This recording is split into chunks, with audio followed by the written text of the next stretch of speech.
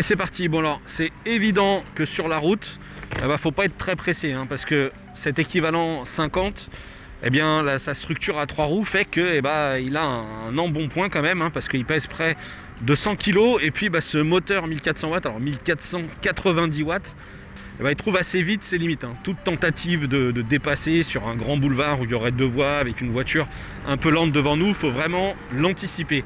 La bonne nouvelle, c'est qu'effectivement, le système à 3 roues, ça offre une bonne stabilité, mais une bonne inclinaison quand même, hein, de ce système à 3 roues. On peut vraiment prendre un petit peu d'angle. Donc ça, c'est quand même un élément qui est assez important. L'autonomie, comme je vous le disais, elle est de 40 km vérifiée. On n'est donc pas loin du tout des 45 km annoncés par le constructeur. Ça, c'est une excellente chose. Le seul truc qu'on peut regretter, c'est l'accès à la batterie. Évidemment, on peut la recharger, hein, grâce à une prise qui est présente sur le côté droit du scooter. Si jamais on a une prise dans son garage ou dans son box. Mais pour tous ceux qui vont devoir recharger le scooter chez eux, il va falloir enlever cette batterie qui pèse quand même 9 kg.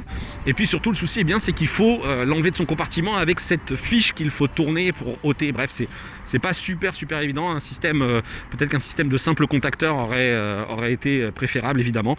Ce qu'on peut vous dire, c'est que la charge complète, elle se fait environ en 5 heures sur une prise traditionnelle. Donc ça, évidemment, si jamais vous faites des longs trajets et que vous videz la batterie tous les jours, il va falloir l'anticiper. D'ailleurs, on vous recommande vivement de garder toujours avec vous le chargeur qu'il est possible de ranger dans le compartiment du tunnel central, juste à côté de la batterie. Il faut ouvrir une autre trappe et là encore, rebelote, la manipulation n'est vraiment pas aisée parce qu'il faut d'abord, avec la clé, ouvrir la selle, puis grâce à la molette, ouvrir cette trappe. C'est le même processus pour la batterie. Là-dessus aussi, Douane aurait pu essayer de trouver un système un petit peu mieux fait. Un peu comme tous les véhicules électriques, il faut faire attention parce que forcément on ne fait aucun bruit. Donc il faut à la fois être vigilant pour soi mais aussi pour les autres usagers, les piétons. Surtout si jamais vous voyez qu'ils portent des casques, hein, c'est risque tout simplement qu'on ne vous entende pas. Donc il faut vraiment être vigilant. Du côté de la puissance, le moteur 1490 watts, j'en parlais tout à l'heure, il est moins efficace, moins performant que ce qui est intégré dans un City Scoop ou dans un Coupe. Ça veut dire que l'accélération est moins dynamique. Néanmoins, lorsque on est à pleine charge, on arrive quand même à atteindre la vitesse maximale de 45 km/h sans grande difficulté, même avec un gabarit comme le nôtre, plutôt un grand gabarit d'ailleurs. Alors on arrive bientôt à la rédaction de 01net et donc c'est l'heure de vous livrer notre bilan. Ça fait évidemment plusieurs jours, hein, qu'on roule avec ce scooter, qu'on a pu se faire une idée assez précise de son autonomie, de son agilité aussi, parce que même si c'est un 3 roues, c'est vrai qu'il faut faire attention parce que son angle de braquage n'est pas génial, hein, vraiment. Ça peut être un des défauts aussi de ce scooter. Si jamais il faut se faufiler, il faut vraiment bien anticiper parce que le rayon de braquage n'est pas génial.